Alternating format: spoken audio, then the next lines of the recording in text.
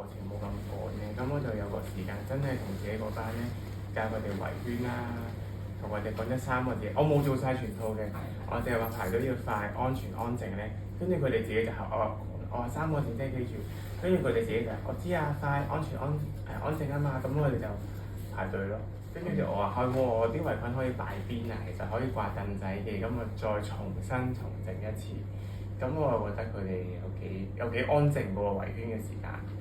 平時唔係咁樣嘅，咁我都有少少開心，係一個開始咁樣。嗰個咩爭奪權爭奪權利。係。所以咧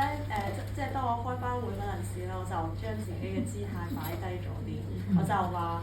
講接落嚟嘅15分鐘，老師真係好需要大家嘅幫手，即係咁樣講嗰啲 announcement 嘅時候咧，你哋可以保持安靜。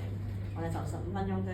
係跟住我都幾驚訝，即係大部分嘅，即係相比較於之前啦，大部分嘅小朋友都可以做到真係安靜，跟住話今日嘅發生咩事？點解咁？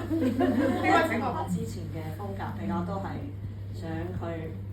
即係係咁樣壓住佢哋，可唔可以細聲啲？但係當我自己即係有意識咁樣 step back，以前咁安靜可以聽我講完嗰啲嘢，我都幾感動。